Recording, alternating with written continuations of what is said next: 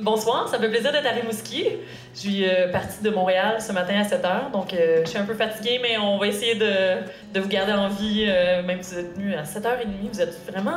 vous êtes hot à Rimouski, mon Dieu! J'aime ça. À chaque fois que je viens, c'est des salles combles, des gens nouveaux que je connais pas. La deuxième soirée, c'est un peu comme, je dirais un peu comme le miroir de la première soirée. La première soirée, on est resté vraiment dans des trucs assez classiques, des concepts là, tu sais, qu'on a vus sur les bancs d'école, Jean-François et moi, tout ça. Alors que la deuxième soirée, on est rentré dans des perspectives plus féministes, des choses un peu plus critiques. Puis un des types d'inégalités que je pense qu'il est important de parler, c'est ce qu'on appelle les chaînes globales du care.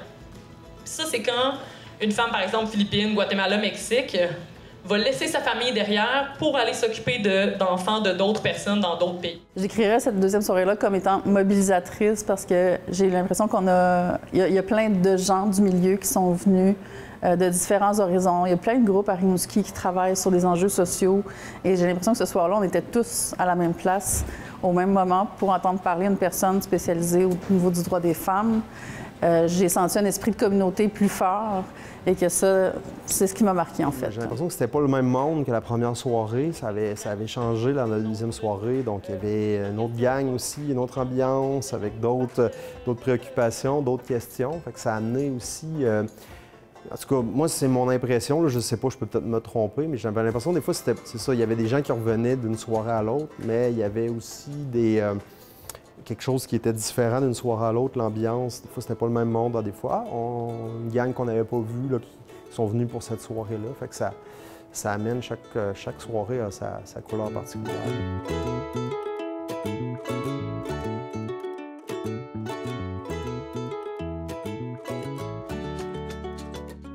Vous êtes hot à Rimouski, mon Dieu! J'aime ça. À chaque fois que je viens, c'est des salles combles, des gens nouveaux que je connais pas. Vous êtes vraiment... je suis très impressionnée. Moi, ben, c'est vrai que ma meilleure amie de Rimouski, c'est Jeanne-Marie, donc la barre est haute quand même. Donc, voilà, on a mentionné ce livre collectif que je déteste présenter toute seule. On était censé avoir Danielle Coenga, qui est une militante afroféministe brésilienne, avec moi, une des autrices. C'est un livre dans lequel il y a, là c'est un peu petit, mais je vous laisse feuilleter la table des matières. Il y a 31 collaboratrices. En fait, 29 collaboratrices et 2 collaborateurs, mais ça me fait plaisir de féminiser. Sur une panoplie de sujets, parce qu'en fait, là, bon, on voit la série de conférences qui porte sur la géopolitique et l'international, mais ce qu'on remarque dans les études internationales ou les relations internationales, c'est que c'est un monde très masculin. À la fois ceux qu'on voit, les gens qui ont une influence sur les politiques internationales, mais aussi qui a le privilège de pouvoir l'enseigner, le comprendre et l'enseigner. Donc, moi, je fais de la recherche sur des plans de cours en relations internationales où, honnêtement, c'est frappant comment on va parler d'économie, mais ça va être que l'économie mainstream, masculine, travail productif, ce qui est compté dans le PIB, alors que tout le travail reproductif, par exemple, on n'en parlera pas. Donc, c'est pour ça qu'on parle de différentes problématiques qui sont souvent racontées sans prendre en compte les relations de genre, qu'on parle de migration, du capitalisme, des relations autochtones-allochtones. Suzy Basile a écrit un chapitre sur les connaissances des femmes en environnement, parce que les relations internationales, c'est aussi des relations avec les populations autochtones, avec les peuples autochtones. Nous sommes dans un des derniers pays coloniaux qui existent dans le monde. On dirait que je le dis avec la fierté, mais c'est pas ça du tout, là. Je pense qu'on doit le réaliser, puis donc c'est des relations internationales qu'on doit enseigner, mais qu'on n'enseigne pas. Là, je ne m'attendrai pas là-dessus, mais j'ai fait une étude sur les plans de cours d'introduction aux relations internationales, puis on va parler, par exemple, dans 92% des plans de cours, on va parler de la guerre froide, mais dans seulement un plan de cours, on va parler des processus de décolonisation. C'est pas une question temporelle, là. Le dernier pays à s'être indépendantisé d'un pouvoir colonial, c'est Macao du Portugal en 2006. Et il y a encore des luttes anticoloniales, que ce soit en Palestine, au Tibet, les populations autochtones ici. Donc, c'est vraiment des choix épistémiques qu'on fait. Puis le livre, ça servait à dire, bien, toutes ces problématiques, tous ces sujets, on doit les comprendre de manière genrée, parce que le genre, c'est pas juste les femmes. Et c'est pour ça qu'aujourd'hui, je vous parle des droits des femmes, mais je vous parle davantage de relations genrées internationales. Parce que je suis pas une experte des femmes avec un F majuscule, ni des femmes avec un F minuscule et un S à la fin. et j'ai pas la prétention de le devenir. Et un truc que je voulais aussi, que c'était le fun parce qu'avec le comité organisateur, on parlait de ça, puis ils ont vraiment compris mon point, c'est que souvent quand on va parler des droits des femmes, on va parler des pauvres femmes dans les pauvres pays du Sud. Les pauvres femmes africaines, puis les pauvres femmes latinas, puis les pauvres femmes autochtones, puis les pauvres... Alors que on voit le recul des droits pour l'avortement aux États-Unis. On voit des femmes au Canada qui se font tuer, des féminicides année après année. Donc c'est vraiment, pour moi, les droits des femmes sont pas acquis dans aucun pays. Puis on pense que les pays occidentaux sont plus avancés, mais pas nécessairement. D'ailleurs, je ne sais pas qui sait quel est le pays qui a la plus grande parité homme-femme dans son parlement. Un guess? Le Rwanda. Et quel pays est le dernier pays à avoir accordé le droit de vote aux femmes? La Suisse. Donc, tout ça pour dire qu'on a souvent un regard colonial sur quels pays sont cool et quels pays sont pas cool. C'est pour ça aussi que quand je parle de droits des femmes, c'est vraiment... J'essaie de mettre l'emphase sur le lien entre ces relations internationales-là pour le droit des femmes. Parce que souvent, on va parler de gouvernement autoritaire. On va parler de pays où il y a des conflits, puis là, on va parler que dans ces pays-là, les femmes ont des problèmes. Oui, mais il y a beaucoup d'aspects des droits des femmes qui est lié à des décisions dans des pays occidentaux, des décisions internationales, des traités, donc notamment dans le milieu du travail. Là, on vient à la géopolitique, parce que vous êtes tous des férus de géopolitique. Dans le monde, il y a une division internationale du travail. Vous savez, à main levée, vous savez un peu ce que je veux dire par là? Non, oui, non? Levez quelques mains. Merci. Donc, il y a des pays qui produisent des produits à valeur ajoutée, valeur technologique ajoutée, des pays occidentaux souvent, qui vont produire des trucs très technologiques, là, des médicaments, de la technologie médicale, par exemple. Il y a des pays qui vont produire des choses à faible valeur ajoutée, comme des vêtements, des voitures. En tout cas, on descend jusqu'à ce qu'il y ait des pays qui produisent des matières premières, qui vont être des pays exportateurs de matières premières, que ce soit des minéraux ou de la nourriture. Mais ça, on en parle en relations internationales, mais ce dont on parle moins, c'est la division sexuelle internationale du travail, ou la division internationale genrée du travail. Puis ça, dans le fond, c'est que il y a une division entre quels emplois sont occupés par quelle personne, et comme on l'a mentionné plus tôt, les femmes, dans certains milieux, comme les milieux du textile, vont être en majorité, et c'est des emplois qui souvent vont être moins bien rémunérés, vont être plus dangereux, vont avoir des conditions de travail moins grandes. Souvent, dans des endroits comme les zones franches, par exemple, les maquiladoras au Mexique, les endroits où il y a beaucoup de compagnies occidentales qui viennent parce que les pays décident de faire des zones où les taxes sont moins élevées, où on a le droit de donner des moins bonnes conditions, mais souvent, il va y avoir beaucoup d'investissements étrangers. Et dans ces endroits-là, c'est à majorité des femmes qui travaillent. Puis ça, on en parle rarement. Dans ces zones-là, c'est 70 à 90% de la force de travail qui est formée de femmes. Et souvent, c'est des emplois qui sont dévalorisés, qui sont féminisés. Et les employeurs, pas tous, mais souvent des compagnies occidentales, vont privilégier d'employer des femmes parce que c'est plus facile d'exploiter les droits des femmes, littéralement. Parce que dans beaucoup de cultures, même ici, les femmes sont moins considérées comme étant les breadwinners, comme ceux qui vont avoir le gagne-pain du foyer. Donc, c'est souvent, on va considérer que c'est des salaires alternatifs, donc on va les payer moins cher. Il va y avoir des conditions comme, à tous les mois, tu dois passer un test de grossesse, puis si tu es enceinte, on te renvoie. Il y a vraiment des pratiques qui dévalorisent les femmes et qui sont très avantageuses pour les employeurs, évidemment. Et dans beaucoup de cas, par exemple, surtout dans le milieu du textile, on va, par exemple, barrer les portes pour qu'il y ait des quotas. Puis si comme femme travailleuse du textile, tu n'as pas produit 150 chandails aujourd'hui, tu dois rester à l'usine jusqu'à ce que tu aies produit tous les chandails. Bien, ce que ça fait, c'est qu'il y a eu dans beaucoup de pays, en Chine, il y en a eu, au Bangladesh, au Mexique, par exemple, un tremblement de terre, les portes sont fermées, évidemment, les patrons sont sortis et il y a des femmes qui meurent parce qu'on les a embarrées. Alors que dans des emplois masculins, même dans des pays du Sud, ça se fait pas. Et je sais pas, à main levée, qui a entendu parler du Rana Plaza? Merci. Bon, il y en a déjà quand même pas mal. D'habitude, c'est moins que ça. Puis je vous dis, c'est le type d'événement qui, selon moi, est pas assez discuté. Puis là, on pourrait entrer dans la hiérarchie des corps, puis la hiérarchie raciale de quel corps on s'intéresse, puis quel corps a le droit de vivre, puis quel corps peut mourir impunément. Là, tout ce qui est, les féministes décoloniales parlent de ça, Françoise Vergès, Spivak, tout ça. sur comment, quand c'est des corps féminisés et racialisés, on va moins s'y intéresser. Mais bref, le Rana Plaza, donc au Bangladesh, près de la capitale de Dhaka, c'est une usine qui avait été construite avec trop d'étages selon les règles. Il y avait 3 étages supplémentaires. En 2013, ils ont vu que les poutres étaient en train de... Clairement, c'était pas solide. Ils ont renvoyé les travailleuses à la maison. 24 heures plus tard, ils les ont rappelés parce que chaque jour, tu perds des profits. On parle de comment le système est organisé. C'est comme le mix entre le capitalisme, la colonialité du pouvoir puis le patriarcat. On a ramené les travailleuses. Il y avait un quota à faire.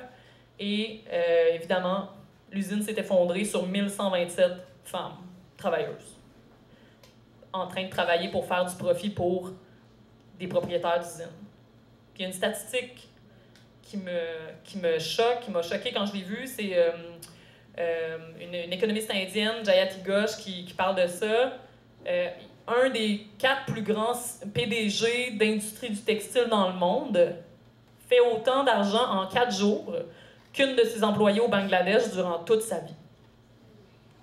Je vous répète la statistique là, parce que c'est quand même un propriétaire de ces usines-là en 4 jours. Pas en 4 jours, il fait ce que son employé fait en une année. Là. En 4 jours, il va faire autant d'argent qu'un employé pendant toute sa vie. Puis ces inégalités-là, on les accepte. Puis c'est des inégalités nord-sud, c'est des inégalités raciales, c'est des inégalités genrées et capitalistes, évidemment, de classe sociale. Puis si ça se passait au sein de notre pays, on en parlerait beaucoup plus. Mais moi, un gros point, un de mes gros chevals de bataille, c'est que on s'intéresse davantage aux gens qui vivent des conditions terribles quand ils sont proches de nous. Puis par proche de nous, je ne veux pas juste dire géographique. On définit notre communauté politique comme étant les gens qui nous ressemblent. Et donc, on va dévaloriser davantage des gens qui vont mourir, par exemple, ou dont les corps vont être affectés quand c'est pas dans notre pays et quand c'est dans les pays du Sud global. Et ça, heureusement, il y a beaucoup de mouvements de travailleuses, notamment au Bangladesh, beaucoup en Asie du Sud, c'est la région que je connais plus, là. Il y a beaucoup de mouvements qui travaillent pour la syndicalisation. Notamment, il y a eu un mouvement, je ne sais plus dans quelles années, c'était vraiment récent, là, genre en 2016. Les Spice Girls avaient fait une campagne d'empowerment des femmes. C'était hashtag I wanna be a Spice Girl. Et ils vendaient des chandails, puis là, les fonds allaient être donnés à une organisation pour l'empowerment des femmes, tout ça. C'est vraiment un but super noble. C'était 35 $ le chandail. Et là, vous et moi, Bobo du Canada, on achetait les chandails, puis on les portait avec fierté. Et à un moment donné, les travailleuses du Bangladesh, justement, qui fabriquaient ces chandails-là, sont sorties, ont organisé une campagne pour dire « Oui, mais nous, on est payé 35 sous de l'heure pour produire ces chandails-là. » Fait que l'empowerment, c'est souvent ça que dans la solidarité internationale, c'est oui, on doit faire des projets, envoyer des gens, faire des projets d'empowerment, puis d'égalité des genres, puis tout ça. Mais si dans nos pratiques même, on pense pas à changer comment on voit les droits, justement, de tout le monde, puis à qui on accorde des droits, puis à qui on les accorde pas, si on change pas ça, ça change rien. C'est des pansements sur des plaies béantes qu'on est en train de faire. T'sais. On doit modifier le système qui, dans ce cas-là, clairement, il y a un aspect capitaliste de production à moins cher pour vendre des t-shirts. Donc, clairement, c'était pas 35 $ qui allaient pour les projets d'empowerment. Là. Il y a un aspect genré, un aspect nord-sud. Donc, c'est important qu'on valorise ces luttes-là et qu'on les appuie. Qui a entendu parler du travail reproductif? À main levée, super. Qui a des enfants? C'est beaucoup de travail, hein? Ils sont comme plus cernés, les gens qui ont levé la main. Parce que dans le fond, le travail reproductif, là, rapidement, c'est souvent invisible. C'est de porter les enfants, de les avoir, mais c'est aussi tout le travail qui fait que notre société fonctionne. Le travail de care, le travail de soins des aînés. Ma mère vient de changer une chambre à la maison, dans ma maison d'enfance, pour accueillir ma tante qui vieillit et qui fait de l'Alzheimer. Mais c'est qui a fait ça? C'est pas mon père. C'est même pas mon père qui s'occupe de ses propres parents, c'est ma mère qui s'occupe des parents de mon père. Puis ça, c'est les femmes en général qui vont faire ça, ce travail de care-là, le travail ménager, à la fois à la maison, mais à l'extérieur de la maison aussi. Et c'est un travail qui est extrêmement dévalorisé. Et il y a une chercheuse qui faisait une recherche et elle a raconté le quotidien d'une adolescente au Zimbabwe. Elle a découvert que, dans le fond, elle travaillait de 4 h du matin à 9 h du soir. Mais, selon le Zimbabwe, selon les calculs internationaux, elle était considérée comme économiquement inactive. Alors qu'elle se lève à 4 h le matin et se couche à 9 h le soir. Moi, je me suis levée à 6 h ce matin, puis je suis brain dead, là. Je suis comme tellement fatiguée que quand t'es rendu que t'as des enfants ou que tu dois faire le travail reproductif pour ta communauté, ton village, ta famille, c'est évidemment une double charge, j'ai pas besoin de vous expliquer ça, mais il y a un aspect international à ça, et moi, c'est ça qui m'intéresse. Dans les pays occidentaux, on s'est beaucoup libéré, les femmes, on s'est beaucoup libéré de ce travail-là. C'est une lutte qu'on a menée, se libérer du travail ménager. Mais ça veut pas dire que ce travail ménager-là ne se fait plus. Ce travail-là se fait tout de même. Il y a encore des inégalités dans les foyers hétérosexuels, dans les pays occidentaux où les femmes font davantage de travail reproductif. Mais il y a aussi beaucoup de programmes où on demande à des femmes, Guatemala, Mexique, Philippines, Indonésie, d'immigrer pour s'occuper de laver nos bobettes. Agnès Berthelot-Raffard, qui parle de ça, une des autrices de mon livre, qui dit les soins que dispose une travailleuse au foyer et que dispense une travailleuse au foyer profitent aux femmes privilégiées pour lesquelles l'embauche d'une travailleuse étrangère est un levier pour tenter de parvenir au standard libéral du self-made man. Il y avait un mime que je n'arrive pas à retrouver, qui était une femme blanche en train de toucher le plafond de verre tout en s'appuyant sur des femmes racisées qui faisaient son ménage. C'est pour ça, c'est l'aspect international, c'est qu'il y a beaucoup de luttes féministes qui vont parler du travail ménager, mais est-ce qu'on pense suffisamment à qui fait le travail ménager aujourd'hui? Moi, j'étais dans une conférence à un moment donné à Mont-Tremblant. C'était bucolique, dans un hôtel, tout ça. Puis là, moi, je suis là, je donne des conférences sur la voix des femmes dans les médias, puis je suis là, je mousse ma carrière, j'étais encore au doctorat, j'étais super contente d'être invitée. Puis à un moment donné, je réalise que toutes les personnes qui lavent mes draps et lavent ma chambre, c'est toutes des femmes guatémaltèques. Je dis, ah, wow, super. Moi, je suis en train de là, travailler sur ma carrière, j'ai 34 ans, je suis prof d'université, mais ma grand-mère, dont je vais vous parler plus tard, à Madagascar, elle a eu 13 enfants, s'est mariée à 14 ans, est toujours restée à Madagascar. Donc, il y a vraiment une différence géographique qui a fait que moi, j'ai eu des opportunités dans la vie que ma grand-mère n'a pas eues, que grâce à son travail aussi, mais je reviendrai là, je peux être ici aujourd'hui, à Rimouski, en train de vous parler d'inégalité de genre. J'ai eu cette conversation-là beaucoup avec mon nouvellement mari. On avait le débat sur est-ce qu'on engage quelqu'un pour faire le ménage à la maison. Parce que honnêtement, même dans les couples les plus féministes, je veux pas dire tous les couples, on va laisser une chance à certaines personnes, mais même chez nous, c'était pas égalitaire là, le travail ménager. Fait que moi, à un moment donné, j'ai dit écoute, je veux bien, là, mais sinon, ça retombe sur moi, ce travail-là. Donc, on a engagé quelqu'un, mais on le paye d'un salaire décent. C'est une personne étudiante qui fait ça. Donc, je pense quelqu'un disait tantôt, je pense Sarah disait, c'est pas les choix individuels qui vont changer les choses, mais c'est de visibiliser certaines problématiques, de les comprendre, puis d'humaniser les gens avec qui on travaille. C'est juste pour dire, il y a aussi ça dans la décolonisation, là, la colonialité du pouvoir, c'est la hiérarchisation raciale comme étant intrinsèquement liée au capitalisme, la dévalorisation de certains corps par rapport à d'autres. Bien, une des étapes dans la décolonisation de la pensée, puis ça, Vergès en parle, Mohanty en parle, Sylvia Tamalé en parle, c'est d'humaniser. C'est une réhumanisation du monde. Puis je pense que c'est quelque chose pour lequel Jeanne-Marie, c'est très important aussi, puis qu'on a eu beaucoup de discussions là-dessus, puis qu'elle m'a beaucoup appris là-dessus, c'est sur l'importance de la réhumanisation dans nos relations sociales. Puis quand je vous parlais du Rana Plaza tantôt, pourquoi est-ce qu'on dévalorise certains corps? Parce qu'on les déshumanise. Mais c'est quoi la solution à ça? C'est de réhumaniser nos relations, de revoir le monde comme étant fait de relationnalité, de gens qui interagissent, puis pas juste des gens blancs, des gens occidentaux ensemble. C'est de déconstruire comment est-ce qu'on voit les gens un peu partout dans le monde. D'ailleurs, une autre lutte de travailleuses du secteur ménager, c'est à l'Organisation internationale du travail, Adèle Blaquette, qui a écrit un livre là-dessus, qui a accepté qu'on traduise son introduction pour notre livre. C'était super ironique comme lutte parce que c'était des travailleuses ménagères là, qui ont mené cette lutte-là, puis là, qui allaient à l'Organisation internationale du travail pour dire on doit avoir un traité pour parler de nos droits. Puis ça n'avait jamais été reconnu, même si c'est l'Organisation internationale du travail. C'était pas le type de lutte dont on n'avait jamais parlé. Puis là, je rappelle pas tout le temps le thème de la conférence, mais sur les droits des femmes, parce que c'est un travail féminisé, de travail reproductif. Et là, autour de la table à l'OIT, tu as des travailleuses ménagères qui sont là, qui parlent de leurs droits, puis tu as des diplomates. Puis là, Adèle me parlait de ça. Elle dit tu as des diplomates que tu as vus dans leurs yeux à un moment donné qui ont réalisé qu'eux-mêmes avaient des travailleuses ménagères, puis probablement qu'ils les payaient pas très cher. Puis là, c'était comme, tu sais, le choc de de se faire dire dans ton environnement de travail que le privé est politique. Là. Fait que c'était vraiment... c'était une lutte super importante qui a eu lieu dans les années 2000. Puis là, on parle dans les maisons, mais c'est aussi dans le tourisme. Je parlais de la conférence à Mont-Tremblant, mais aussi dès qu'on va dans un hôtel ou dans une institution, dans des pays occidentaux, ça va être principalement des femmes. Ou quand on va passer une semaine au Mexique parce qu'on est tanné de notre vie, de overproduction, de travail, de 50 heures semaine, de tout ça, puis je juge vraiment pas ça.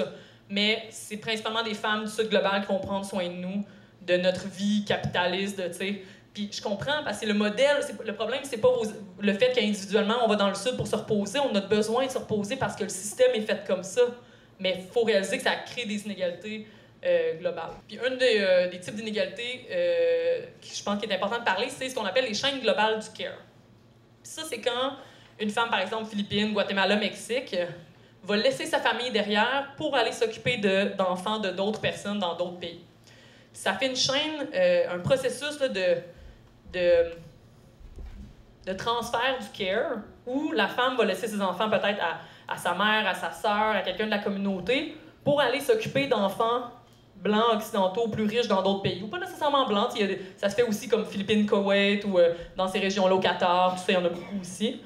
Mais ça fait un processus de transfert de émotif qui est important.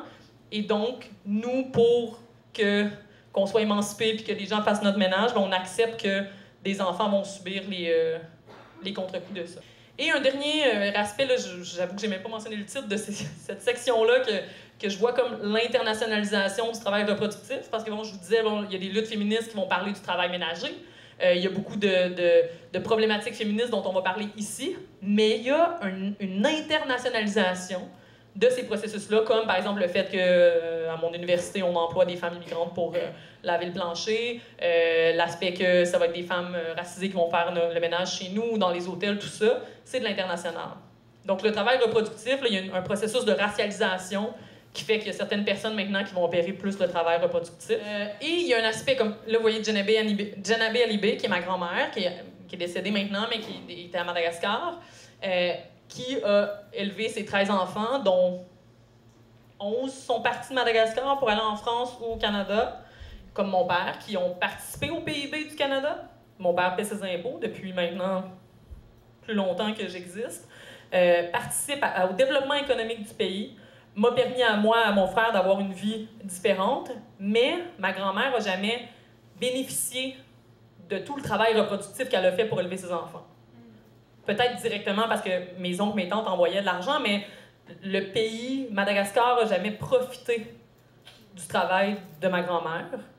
Et elle-même n'a pas vu le fruit de son travail. Ce travail-là est parti. Tout l'investissement est parti. Puis ça, quand on pense à la migration, puis là, dans les pays occidentaux, c'est très à la mode là, de critiquer la migration, puis les gens qui arrivent ici parce que on voudrait surtout pas que notre communauté soit affectée puis perde nos valeurs, puis tout ça. Mais en fait, c'est très avantageux, les immigrants. L'immigration économique est extrêmement avantageuse. L'immigration, en général, est très avantageuse, mais on en parle comme si on n'en avait pas besoin, alors que tous ces gens-là participent à l'économie, à la vie, au travail reproductif, au care, littéralement à la reproduction de la société. Et bon, quelques sujets que je voulais aborder rapidement par rapport aux droits des femmes, sur l'internationalisation, encore là, du travail reproductif. Par exemple, il y a toujours eu de l'adoption, mais de plus en plus, il y a dans certains pays comme en Inde, je sais que c'est une industrie qui est en croissance, c'est les mères porteuses. Et ça, par exemple, ici, c'est illégal de se faire rémunérer pour porter l'enfant de quelqu'un d'autre, alors que c'est pas des millions de couples, mais ce que des couples vont faire, c'est engager une mère porteuse à l'international. Donc, faire l'insémination, utiliser la femme là-bas. Et bien sûr, c'est lié aux conditions socio-économiques. Je vais jamais dire qu'une femme a été forcée de faire quoi que ce soit. Dans la vie, il y a des choix, puis moi, je suis pas là pour juger les choix des femmes, sauf qu'il y a un conundrum socio-économique qui fait que certains choix te sont offerts et certains choix ne te sont pas offerts. Donc, il y a des industries comme ça. Donc là, on voit le travail reproductif, même au stade de porter l'enfant, qui est internationalisé, parce que c'est plus facile. Il y a des processus, évidemment, l'adoption internationale a toujours existé, mais il y a des organisations qui ont commencé à en faire un peu un recel. En Haïti, par exemple, quand il y a eu le tremblement de terre, il y a des ONG avec les, ben, je vais dire avec les meilleures intentions du monde, mais il y en a qui étaient quand même un peu croches, là. C'est qu'ils vont ramasser des enfants qui sont dans la rue, par exemple, qui marchent ou qui sont pas avec leurs parents. Ils vont les mettre en adoption aux États-Unis à des prix extrêmement élevés. Donc, il y a tout un marché de l'adoption internationale. On l'a vu aussi avec les jeunes filles chinoises. Il y a eu toute une période où on adoptait beaucoup de petites filles chinoises sans penser à est-ce qu'on va les garder proches de leur culture, est-ce qu'on va leur parler de où ils viennent, de tout ça. Donc, c'est des politiques, là, dans ce cas-là, c'est à cause de la politique chinoise d'un enfant par famille, mais on a profité de ça. Donc, encore là, on est comme impliqué dans la reproduction de ces inégalités-là. Il y a aussi, bon, le travail reproductif inclut le travail sexuel et il y a toute une internationalisation du tourisme sexuel dans plein de pays, Asie de l'Est, mais aussi Amérique latine. Puis ça, c'est genré parce que c'est pas juste des hommes qui vont voir des femmes, il y a aussi des femmes qui vont, surtout en Amérique centrale, et profitent du tourisme sexuel ou des travailleuses du sexe qui migrent. Il y a une différence là, vraiment entre le travail sexuel et le trafic sexuel. Tout le travail sexuel n'est pas du trafic sexuel, mais dans les deux cas, il y a une très grande internationalisation de ces processus-là. Et, bon, qui a déjà entendu parler du marché par correspondance? Il y a une émission aux États-Unis qui s'appelle Mail Order Bride, ou 90 Days Fiancé, en tout cas, ça parle de ça. C'est de plus en plus, il y a des sites où un peu un mix entre un Tinder et un Amazon, où tu magasines une partenaire et tu payes pour la faire venir, et ensuite tu lui donnes un peu la green card pour lui permettre d'avoir accès à la citoyenneté, mais vous devez être mariés, puis tout ça. Donc, il y a, encore là, je ne veux pas juger le choix des femmes, mais ça devient plus facile d'aller à l'international pour des hommes qui voudraient une femme considérée comme plus docile, tout ça, puis qu'elle puisse faire ton travail ménager à la maison. Et ça, quand on parle de droits des femmes, c'est vraiment pas quelque chose dont on parle beaucoup.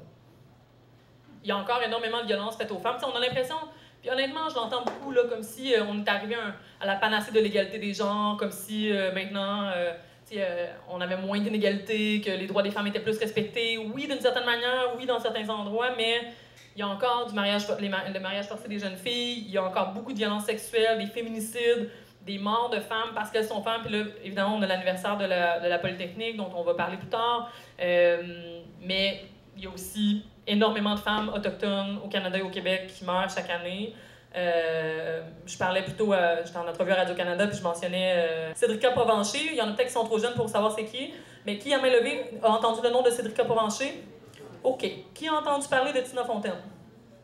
Qui a entendu parler de Azraya Akakabe? Et qui a entendu parler de Loretta Sanders? Mon point. Donc, mon point, c'est que ces femmes-là sont décédées, ont été kidnappées et tuées bien plus récemment que Cédrica Provencher, mais elles n'ont pas fait la front page des journaux, elles n'ont pas fait les bulletins de nouvelles. On en a parlé à peine, alors que c'est des femmes qui ont été kidnappées et tuées, mais elles sont nées autochtones et donc elles sont des corps qui nous intéressent moins. Puis ça, c'est vraiment un truc dont je parle beaucoup, là, puis ça a l'air... Il y a des études qui ont été faites, là. Puis ça, bon, j'en parle beaucoup dans mon premier livre, il y a une étude qui a été faite dans les années 80 sur les différents désastres environnementaux et la couverture médiatique. Puis dans la même année, en 86, il y a eu 2 tremblements de terre, un en Italie puis un au Guatemala. Puis on calculé aux États-Unis c'était quoi la couverture médiatique. Donc, au Guatemala, il y a eu 1000 morts. En Italie, au Guatemala, il y a eu 4000 morts, pardon. En Italie, il y a eu 1000 morts, mais la couverture médiatique était 10 fois plus élevée pour l'Italie que pour le Guatemala. Pourquoi? Je vais vous le dire, c'est parce que les gens en Italie sont blancs. Littéralement, on se sent plus proche quand c'est des gens qui meurent qui sont blancs, quand on est dans des pays occidentaux. Et là, je parle des médias, je parle de comment on s'intéresse aux choses dans les médias, je parle des policiers. Quand on va dire à des policiers que quelqu'un a été enlevé, comme par exemple Tina Fontaine, sa famille a appelé la police pour dire qu'elle avait été kidnappée, mais comme elle avait eu un historique d'adolescence un petit peu trouble, avec du travail sexuel notamment, il y a des policiers dans un barrage qui ont vu Tina avec un homme, ils ont vu que c'était Tina, et ils l'ont laissé passer. Le lendemain matin, 5h du matin, elle était retrouvée morte. Ça me donne des frissons encore aujourd'hui. Ça devrait faire les pages couverture, on devrait en parler, puis ça se passe ici, mais on déshumanise les populations autochtones encore aujourd'hui, puis ce qui leur arrive, c'est souvent moins important. Puis une anecdote que j'aime toujours raconter par rapport à ça, c'est pendant la campagne électorale de 2019 fédérale, le NPD, le chef du NPD, Jack Metzing, avait parlé, une des politiques du NPD, c'était d'accorder l'eau potable à toutes les populations autochtones au Québec, au Canada. Et dans une conférence de presse comme ça, il parle de ça. Il dit il y a des peuples, il y a des nations qui n'ont pas accès à l'eau potable sur le territoire qui maintenant est le territoire canadien. C'est inacceptable. Puis il y a un journaliste qui lève la main puis qui demande mais comment est-ce qu'on va payer pour ça? Si c'était à Rimouski qui manquait d'eau potable, personne ne demanderait comment on va payer pour ça. On paierait pour ça. Donc, il y a vraiment, quand je vous dis déshumanisation, là, c'est réel. C'est qu'on accorde moins de droits à certaines personnes, puis ces processus de déshumanisation-là ben, sont plus présents quand c'est des femmes, quand c'est des personnes racisées. Et donc là, quand on parle de femmes du Sud global ou de femmes autochtones, c'est encore pire. Et mon dernier point, parce qu'on parle des droits des femmes, mais les communautés LGBTQI+, dans le monde, vivent beaucoup plus de violence. On l'a vu récemment, la fusillade au Orlando Nightclub aux États-Unis. Il y en a beaucoup aux États-Unis. Il y en a un peu partout, Slovaquie, El Salvador, des femmes trans, par exemple, qui vont être chez elles et qui vont se faire tuer. Quelqu'un va arriver, va les tuer, va s'enfuir impunément. Et toutes sortes de lois qui sont passées pour limiter les droits des personnes homosexuelles, par exemple, notamment en Afrique de l'Ouest. Et au Cameroun, par exemple. Puis au El Salvador, c'était vraiment... C'était une femme trans qui avait fait la demande de statut de réfugié aux États-Unis. Et le gouvernement n'a pas jugé qu'elle était assez en danger. Ils l'ont renvoyée au El Salvador. Une semaine plus tard, elle était assassinée. Donc, il y a vraiment une compréhension des violences genrées qui doit être beaucoup plus, disons, sensible. Et là-dessus, j'aurais terminé. Merci beaucoup.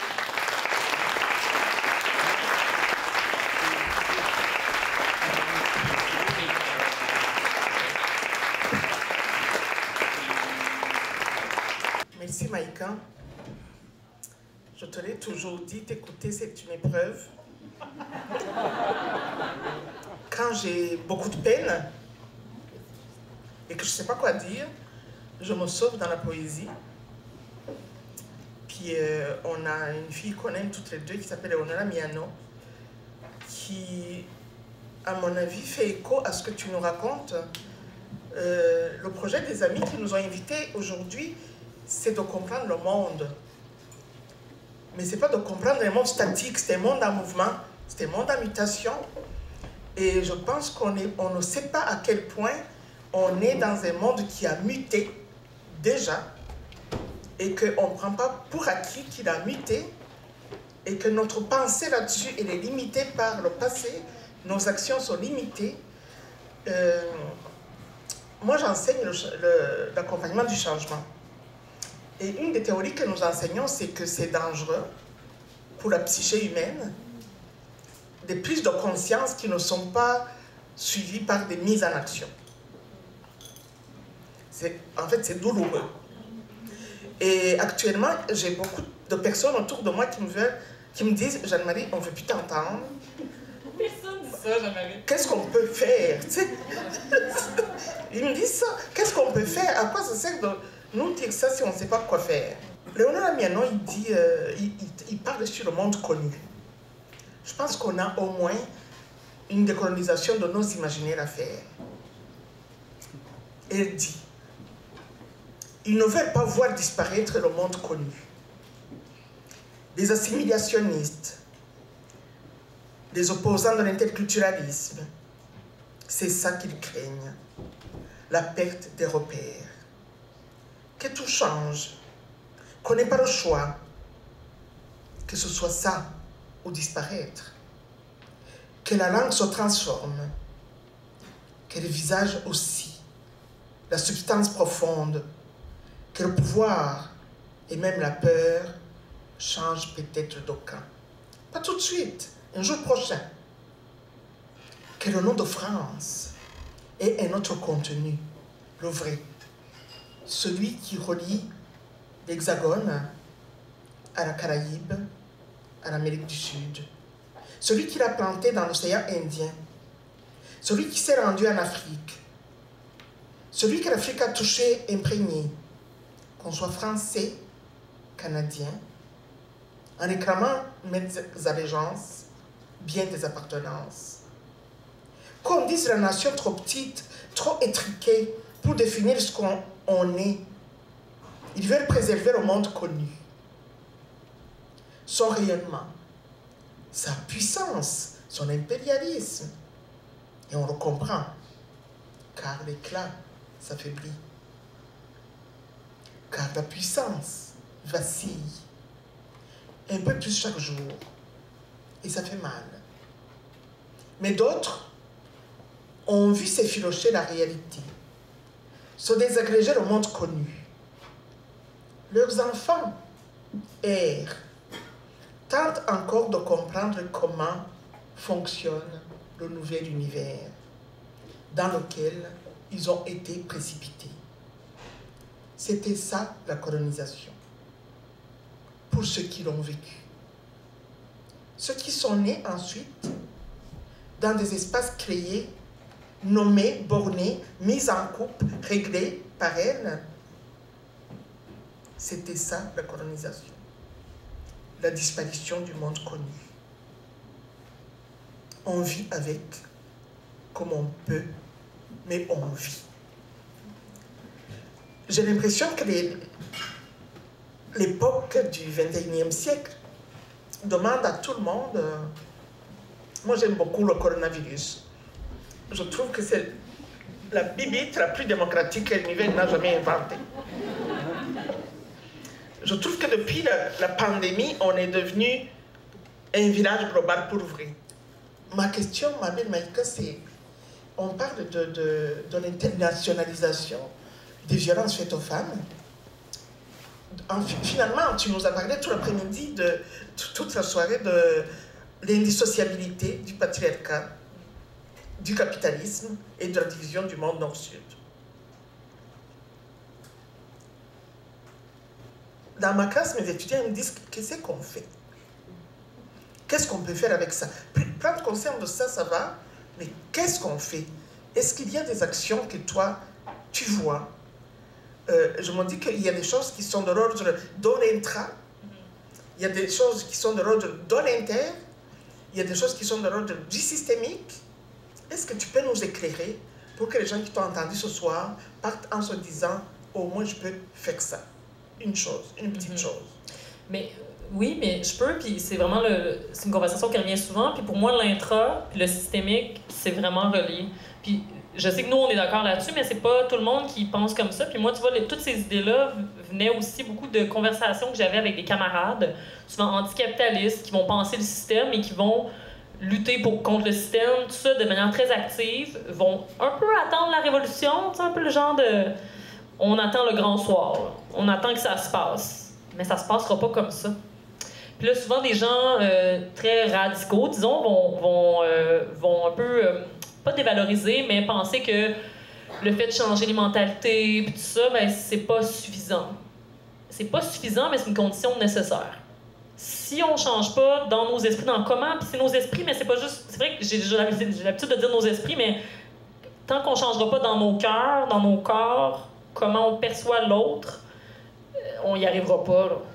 On peut pas changer les politiques publiques et les politiques internationales si on continue de dévaloriser des gens. Puis ça se passe dans notre esprit, dans notre corps, dans notre cœur, à qui on offre notre soutien, notre empathie, notre bienveillance.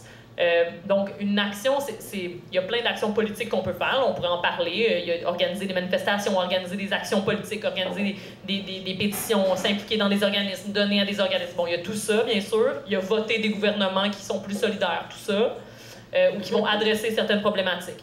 Il y a ça, mais je pense quelque chose qu'on peut faire, c'est l'éducation populaire. D'ailleurs, merci aux gens ce soir de m'avoir invité, mais en général, je pense que l'éducation populaire, c'est pas juste populaire au sens 50 personnes, 70 personnes dans une salle. L'éducation populaire, c'est la conversation à Noël que vous allez avoir avec votre oncle qui fait des commentaires un petit peu islamophobes. Ça va être la conversation avec votre mère qui trouve pas ça si grave, les femmes en Iran. Puis ça va être des conversations comme ça. Puis ça va être de challenger ses amis, challenger les gens autour de nous, poser des bonnes questions aux profs. Écrire aux profs pour lui dire « Hey, tu parles de telle problématique, tu parles de mondialisation. Ah, est-ce que tu as lu Rauna Kyokanen, une autochtone qui parle de la mondialisation comme coloniale et genrée? » OK. C'est sans le faire dans l'opposition tout le temps, puis dans le critiquer tout le monde, puis surtout pas dans le call-out. Pour moi, là, changer de mentalité, ça va se faire dans la bienveillance, puis dans le discours ensemble. Je pense qu'on a je vais les appeler des ennemis de classe, là, je les nommerai pas, mais il y en a beaucoup qui écrivent au Journal de Montréal. Il y a des gens qui sont clairement, ils vont pas évoluer, là.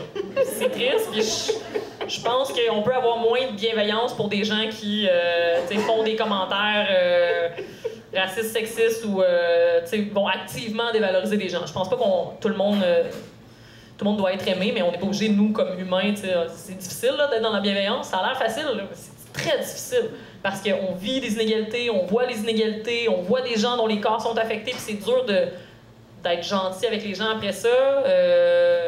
Moi, comme femme, par exemple, j'ai souvent eu des conversations sur le féminisme avec des gens, puis là, tu essaies de faire de l'éducation, puis c'est un peu difficile, mais il faut le faire. Parce que si tu es dans l'opposition tout le temps, les gens vont pas évoluer dans leur pensée, puis ces gens-là vont travailler au gouvernement, puis ces gens-là vont être dans des organisations internationales, puis vont adopter des politiques. Puis... Donc, c'est vraiment, je pense, comme tu le dis, c'est à tous les niveaux, mais pour moi, l'intra est comme vraiment important, puis de plus en plus, puis je pense que c'est aussi une influence que tu as eue sur moi, je pense, c'est de plus en plus, je veux travailler là-dessus, sur comment est-ce que dans nos esprits, dans nos corps, cette colonialité du pouvoir-là est présente, puis il va falloir l'attaquer là aussi. Puis c'est pour ça que j'ai une personnalité plutôt, j'allais dire sympathique, comme si je me... Je suis bien fine, je suis bien gentille, mais non, dans le sens où, quand je donne des conférences, j'ai le sourire aux lèvres, puis j'aime ça qu'on ait une discussion à bâton rompu, tout ça, mais je pense que je le fais aussi un peu par contradiction avec le fait que c'est des conversations extrêmement difficiles, parce que je pourrais pas pleurer tout le temps. Ce serait trop dur, là. Je peux pas pleurer toujours, puis je peux pas non plus... on peut pas toujours être dans le drame.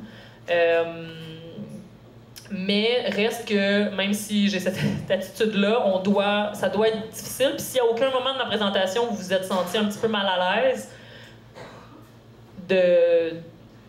par rapport à vous, par rapport au monde dans lequel vous vivez, ben on n'est pas en train d'avoir la bonne conversation. Si vous sortez ici juste avec un sourire, j'aimerais ça que vous sortiez avec un sourire, mais si c'est que positif, je sais pas si vous comprenez, là, ces conversations-là ça doit nous shaker en dedans. Là. Moi, je lisais des gens comme Miano, je lis des gens comme Phil Winsor, je lis des gens comme Achille Membe, puis ça me prend au cœur, puis c'est normal. Puis il faut qu'on se challenge nous-mêmes. Fait que l'éducation populaire, c'est aussi par rapport à nous-mêmes. C'est de suivre Kassala Célébration sur Facebook qui propage les pensées africaines. Mais pour de vrai, si on veut commencer à lire d'autres perspectives, à connaître d'autres voix, ça va être de s'intéresser à ces autres voix-là, de lire d'autres médias, d'inviter d'autres types de personnes. Quand vous réalisez que vous organisez un événement, puis là, oups, on fait un événement sur la crise climatique, on a invité juste des jeunes militants blancs québécois, alors qu'il y a une panoplie d'autres visions. Moi, c'est en étant confronté à des gens comme ça, en étant confronté à Amel Zaza, à Daniel Kwenga, à Jeanne-Marie, à des gens qui m'ont fait réfléchir sur des trucs, ça m'a aidé à évoluer ma pensée sur ces questions-là. Donc, ça va commencer par l'intra. Moi, je suis une féministe engagée depuis que j'ai 15 ans. Puis je suis une féministe engagée depuis que j'ai le droit de m'engager au Québec. Et la solidarité entre les femmes, le lieu d'où je viens, c'est ça qui empêche les femmes de mourir. Mais je vois dans les réseaux féministes, en parlant des 12 jours d'action contre les violences faites aux femmes, j'observe dans les réseaux féministes des violences faites aux femmes à cause de l'hiérarchisation des corps. J'ai la sensation profonde que les femmes qui font ça ne savent pas ce qu'elles font. C'est comme, je parle comme le Christ, tu la crois. J'ai vraiment l'impression que ce n'est pas des mauvaises filles méchantes qui veulent faire du mal. C'est comme si c'était trop dur. Elles ne sont pas capables. Et je me dis, OK, il faut que le travail fait évoluer les mentalités, d'accord? Mais on ne peut pas le faire si, à l'école, dans les journaux, le discours politique, un peu partout, cette hiérarchisation des corps, elle est partout. On parle d'international, mais tu sais, là, on a une loi au Québec, là, la loi 96, elle nous a passé sur le nez comme ça. Qu'est-ce qu'elle dit, la loi 96? Elle dit qu'une personne immigrante qui est arrivée ici, qui ne connaît pas le français, a seulement 6 mois pour maîtriser la langue et recevoir tous les services en français. Ça veut dire que la madame de 70 ans, qui n'a jamais été à l'école, qui est réfugiée à Rimouski, elle a seulement 6 mois pour avoir le droit à l'interprète pour voir son médecin. On a accepté ça et on a voté la CAQ. Je lui ai dit non, je n'ai pas voté la CAQ. Collectivement, on a voté la CAQ. Mais vous voyez, c'est de ça dont il est question. Je ne sais pas, j'ai rien contre la CAQ là qui... On a des choses contre la CAQ, Isabelle. Je ne suis pas certaine que les autres feraient mieux. Ouais. Dans le système dans lequel on est, mais par contre, il y a des choses qui sont absolument scandaleuses dont on ne parle pas. Ça me fait peur. Ça me fait peur, ça me met dans un espace où ces questions-là, les espaces de dialogue sont fermés parce que ça polarise. Qu'est-ce qu'on peut faire pour qu'on puisse en parler, réouvrir les espaces dialogiques sans que ce soit dans la polarisation et dans la binarité? C'est une excellente question. D'ailleurs, ce que je t'ai déjà dit, dans le fond, ma grand-mère est décédée à Madagascar il y a longtemps, mais la femme qui c'est comme ma plus vieille tante qui a amené mon père ici, en tout cas celle que j'appelle Madadima, qui m'a mariée cet été. Tu sais combien de temps ça lui a pris à parler français? 30 ans. Mais elle a eu 8 enfants, incluant mon père, qu'elle a comme adopté de facto, qui parlent tous français, qui ont des enfants qui font des doctorats en psychologie, en physique, des enfants qui travaillent pour des compagnies de téléphone, des petits-enfants qui travaillent comme ingénieurs, qui parlent tous français, qui payent tous nos impôts. Donc, comme tu dis, moi je pense que c'est à la fois insensé, puis ça veut pas dire que la francisation, ça se fait en une génération. De toute façon, 80% des immigrants au Québec sont francophones. Arrêtons de nous cacher les yeux comme si on était envahis par des non-francophones. Mais même les gens qui ne sont pas francophones arrivent ici et s'intègrent à la société. Anyways, mais ce que tu dis, c'est important parce que il y a des lois comme ça, puis il y a ça nous met dans l'opposition, ça nous affecte, ça nous traumatise. Je pense qu'on a beaucoup de traumas. Puis il y a des gens, des femmes, comme tu disais, dans le milieu féministe, qui vont intégrer ce trauma-là, mais qui vont l'utiliser pour faire... qui vont l'utiliser d'une manière violente, j'ai envie de dire, ou tu sais, qui vont... Ça, je les accuse pas de ça, là. Moi aussi j'ai de la misère à gérer mes traumas, là. Soyons honnêtes par rapport à ça. Mais c'est que c'est pas une bonne méthode pour si on veut vraiment changer les choses, parce que, comme tu disais, pour vrai, la sororité... tu sais, moi j'ai des sœurs féministes qui sont devenues mes sœurs, puis sans lesquelles je serais pas là aujourd'hui, là, physiquement et mentalement. Ça se passerait pas, là. Puis si on effrite ces relations-là, dans nos familles politiques, on s'en sortira pas. Donc oui, imaginons l'impossible et exigeons l'impossible. Oui, parlons-nous-en quand on dit des termes ou quand on a des pratiques qui peuvent être violentes, qui peuvent être négatives. T'sais, moi, un de mes meilleurs amis a déjà utilisé le terme amérindien. Je lui ai dit gentiment, écoute, on dit plus ça maintenant parce que ça vient du fait qu'on pensait qu'on arrivait en Inde puis que Amerigo Vespucci avait nommé l'Amérique et on dit plus ça, on dit autochtone. Je vois pas le call-out sur les médias sociaux.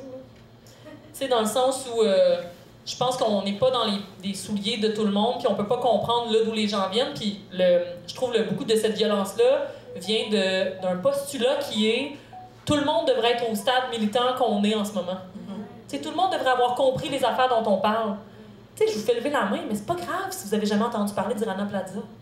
T'sais, dans le sens où c'est comme si on assumait que tous les termes, ça devait déjà être intégré.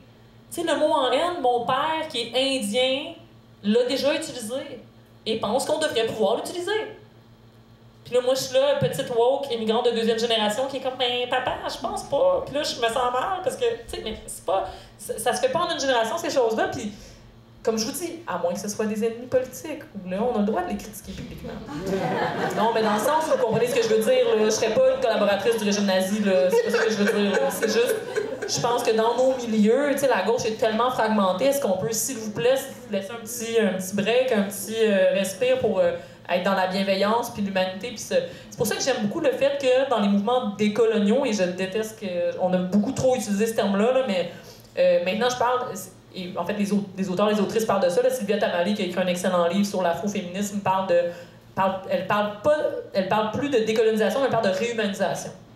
C'est ça le processus qu'on doit faire. Puis par ça, c'est d'abord notre famille politique, des militantes féministes qui vont s'entre-déchirer entre elles. Puis tu disais, c'est influencé par la hiérarchie des corps, parce que quand on va dire à des femmes voilées qu'elles sont opprimées parce qu'elles sont voilées, je veux dire, ça vient d'une hiérarchisation raciale. C'est que toi, comme femme racisée, tu ne peux pas décider par toi-même de ce que tu vas faire avec ton corps. Donc, c'est pour ça que je vous disais tantôt, moi, je ne vais pas juger les femmes de faire telle ou telle action.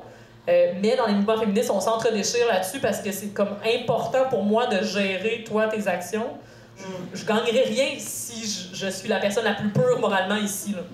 Honnêtement, je vais sortir d'ici, je vais être très contente, mais ça va se terminer là, t'sais. Fait que si on veut avancer ensemble, plutôt que de braquer des gens, il faut comme éduquer les gens puis aller ensemble puis d'être dans la compassion. C'est la tentation de l'élitisme militant, puis imposer une seule manière de voir à tout le monde, en oubliant qu'on a besoin de... Tout changement a besoin d'un rythme viable pour les corps que nous sommes.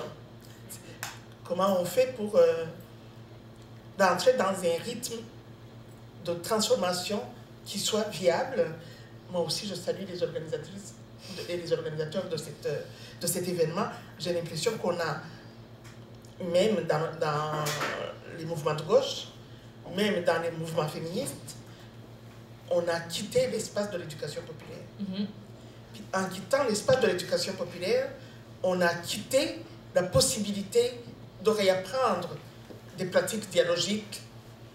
Et je trouve qu'une des choses qu'on pourrait faire, par exemple, dans nos milieux, qu'on ne doit pas attendre que la COP décide, la COP 15 décide, ou que les Nations Unies décident, ou que la CAC décide, c'est probablement réinvestir des espaces d'éducation populaire et redonner la parole aux concernés de tous bords, finalement, redonner la parole au sujet, qui qu'il soit. Puis à ton père qui trouve qu'on devrait être capable de dire nègre dans la vie, tu sais, qu'est-ce qu'il dit quand il dit ça? Plutôt que de lui dire tout simplement que ça ne fonctionne pas, on peut-tu écouter? Est-ce qu'on peut être assez fort pour écouter? Qu'est-ce qu'il veut dire quand il dit ça? Je fais l'hypothèse que si on l'écoute, probablement on va mieux le gagner qu'en l'interdisant. Il y a quelque chose de cet ordre-là. Ma dernière question, ma chère, c'est... Je vais revenir au Covid.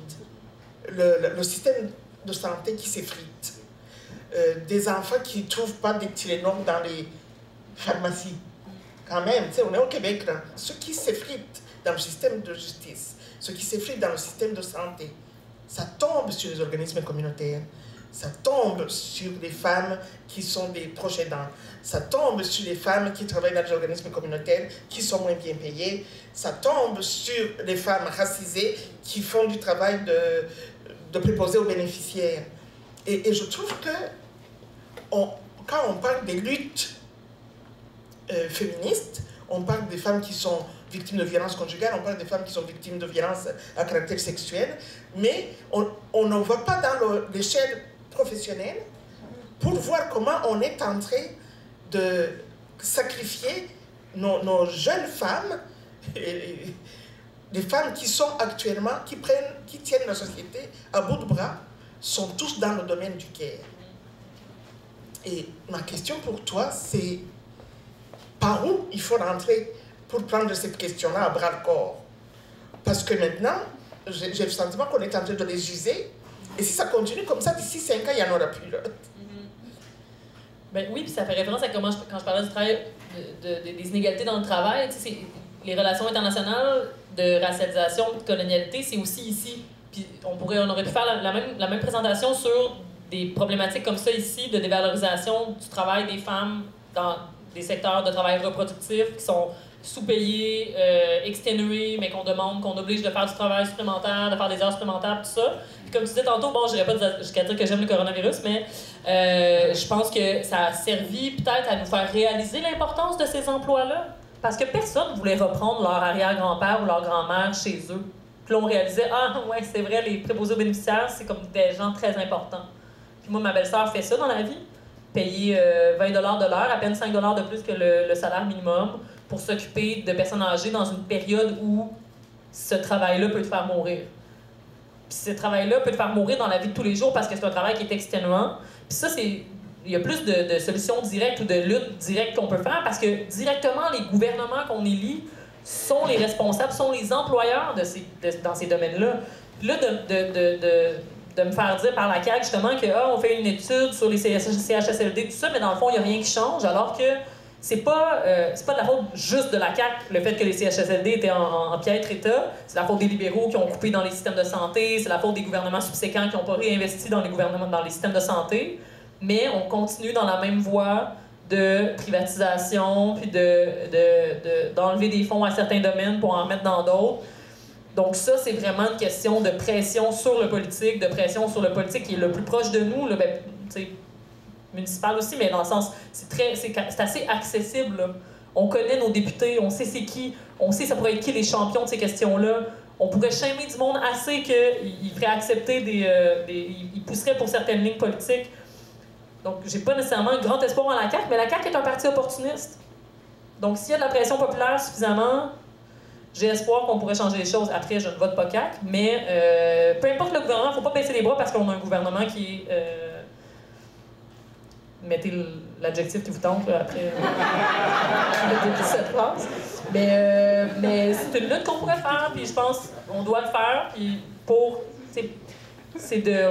Puis là, ça, tu disais de donner la voix, je pense que je dirais même de donner le micro parce que les voix sont là, mais il y a beaucoup de voix qu'on n'écoute pas. Fait que je pense qu'il y a ça aussi dans nos luttes, dans le fait d'être en appui à certaines luttes qui existent, mais qui sont peut-être dévalorisées ou pas suffisamment visibilisées. Donc, ça va être un gros combat, mais on est bien parti. En tout cas, pour finir, moi, ce qui m'inquiète concernant les femmes qui font du travail du care, c'est qu'elles rencontrent des femmes qui sont 1000 fois plus mal prises qu'elles.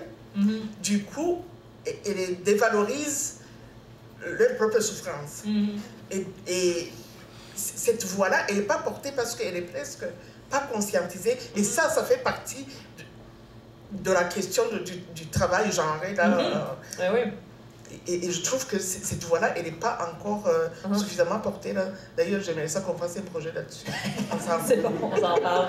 Mais non, parce que le travail du care, c'est pas un addon que c'est les femmes qui le font. On est socialisés à prendre plus care des autres personnes que de nous-mêmes. Puis sur ça, bon, là, c'est un autre sujet, mais dans la crise climatique, pourquoi est-ce que des femmes qui meurent davantage, par exemple en Inde, quand il y a une inondation ou un tremblement de terre, c'est parce que les femmes vont rester dans leur village pour s'occuper de leurs enfants, des enfants des autres, de leur famille, de leur communauté, alors que les hommes, non. T'sais, les hommes vont s'enfuir plus rapidement. Donc, il y a vraiment une question de socialisation, fait qu'il y a ça aussi de raison à changer comment nous, on perçoit certains emplois, certains travails qui est fait dans la société, comment est-ce que ces femmes-là, après ça, vont se sentir, qui vont mériter plus. T'sais, une infirmière mérite beaucoup plus en ce moment. Par rapport à ce qu'un médecin gagne. Donc, ouais, ça se passe dans l'intro aussi. Merci beaucoup.